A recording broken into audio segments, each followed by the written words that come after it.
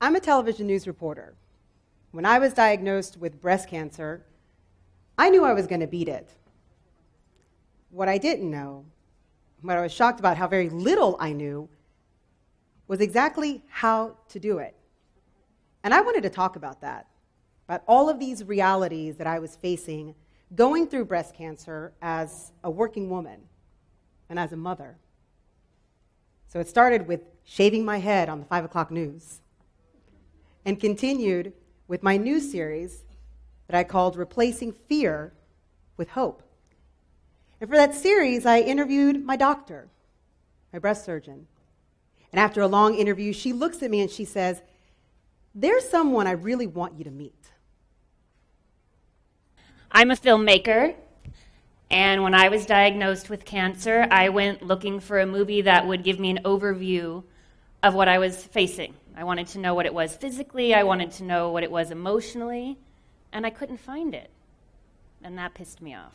So I decided to make it, and it's called What the Fuck is Cancer and Why Does Everybody Have It?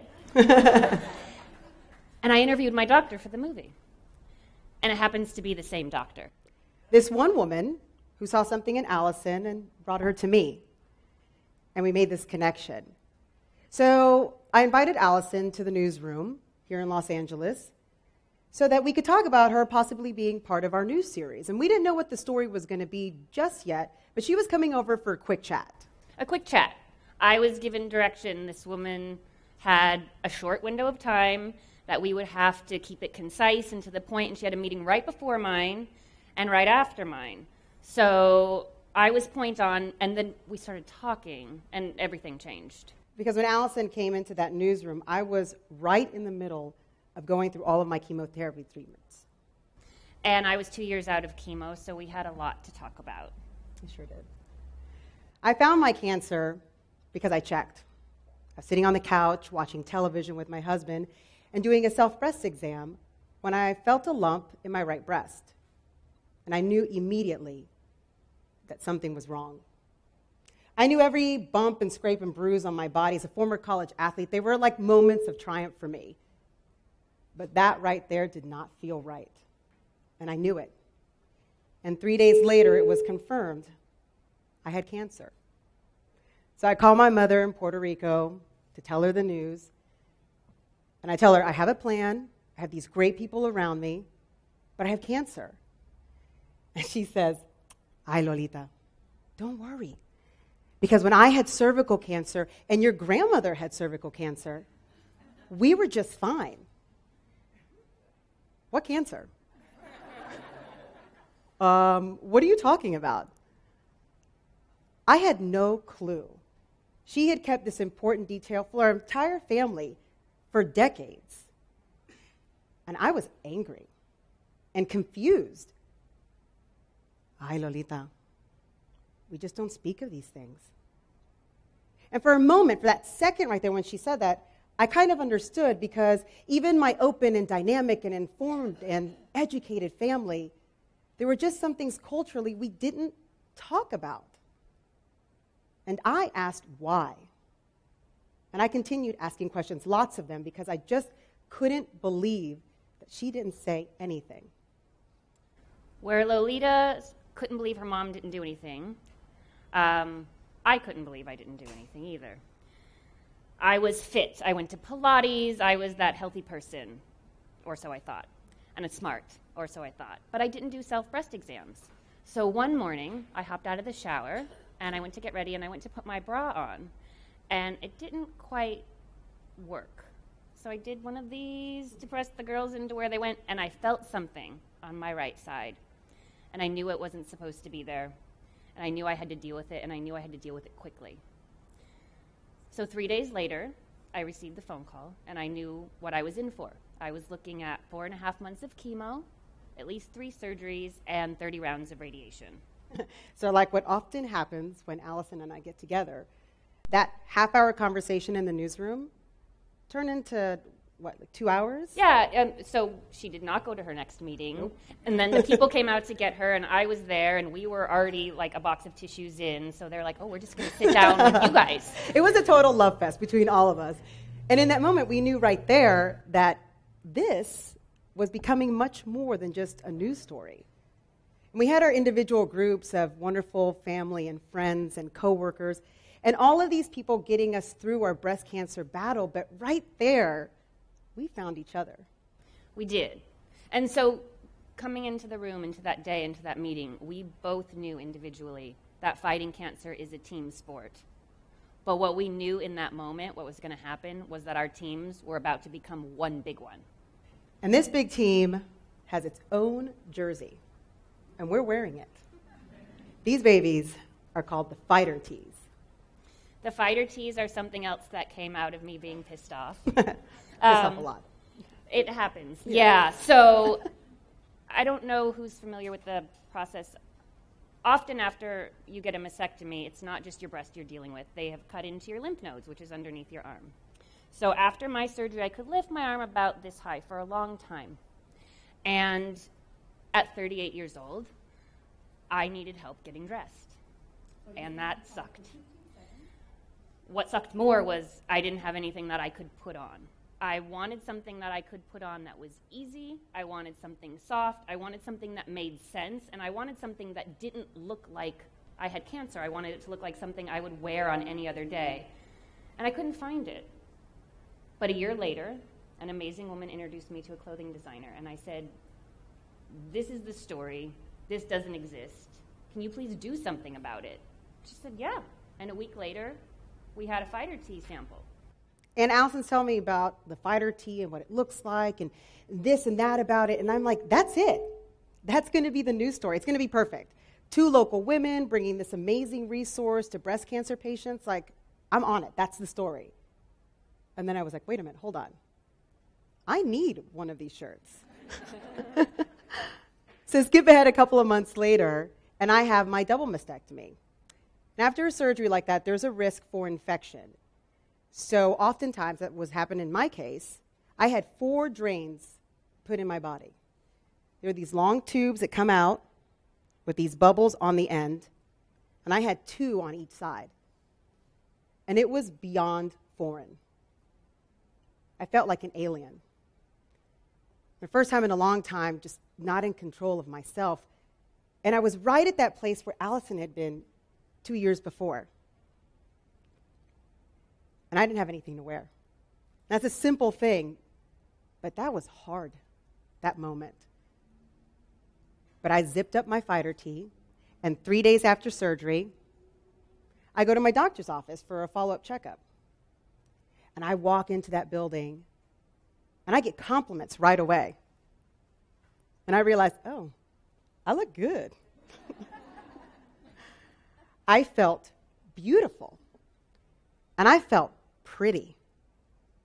And it wasn't vain. It was powerful.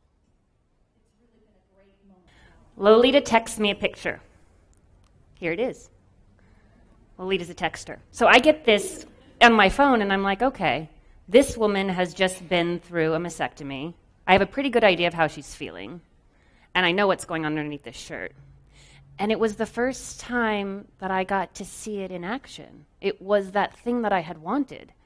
And seeing her there smiling, feeling good, looking empowered, empowered me. And it made me want to go out and do even more. Honestly, I felt like a superhero with these superpowers. Because of this fighter tee, it was like my cape. But like any superhero, there's that one moment, right? That one moment when it's like, poof, everything changes. I remember mine. It was when I walked in to pick up my daughter from school for the very first time while going through chemo. I was bald, wearing a headscarf, my skin green and pale from all the treatment. And I was nervous. Because after my diagnosis, cancer permeated every part of my life. We talked about it at home, we talked about it at work, we talked about it everywhere. But for my 9-year-old daughter at the time, Lulu, school was her safe zone. It was that place she could go where she didn't have to talk about cancer. And I was about to go in there and destroy all of that. So So I walk onto the playground. Hi, Mrs. Lopez. Hi, Lulu's mom. That's it. That's all I got. Lulu running over to me, Mom, what's for dinner? I'm starving. And anyone that knows my daughter knows that she does that pretty much every day, every couple of hours. And it was amazing. And it was perfect because she did it that day, regardless of the scarf and what I looked like. Those kids taught me that I was still me. And I may look a little different, but everyone who knew me, even those little guys, they didn't treat me any differently. These moments, these superhero moments, when you become one, it all happens at a different time. And for us, the kryptonite was our tumors. And like Lolita, I had a moment, and mine was in Pilates class. It was early one morning. It was a normal morning. And I had no hair, and I was in the middle of treatment, and I had tissue expanders. So I had one huge breast up here and one little one down here, and I couldn't wear a bra, so that looked good. And I was sweaty, no makeup. But it was that morning that I noticed that it was kind of normal. Me standing there like that was normal. And that was the most powerful thing. It was such a game changer because I felt like if I can stand here like this and do my thing, I can do anything. These new normals were teaching us so many things.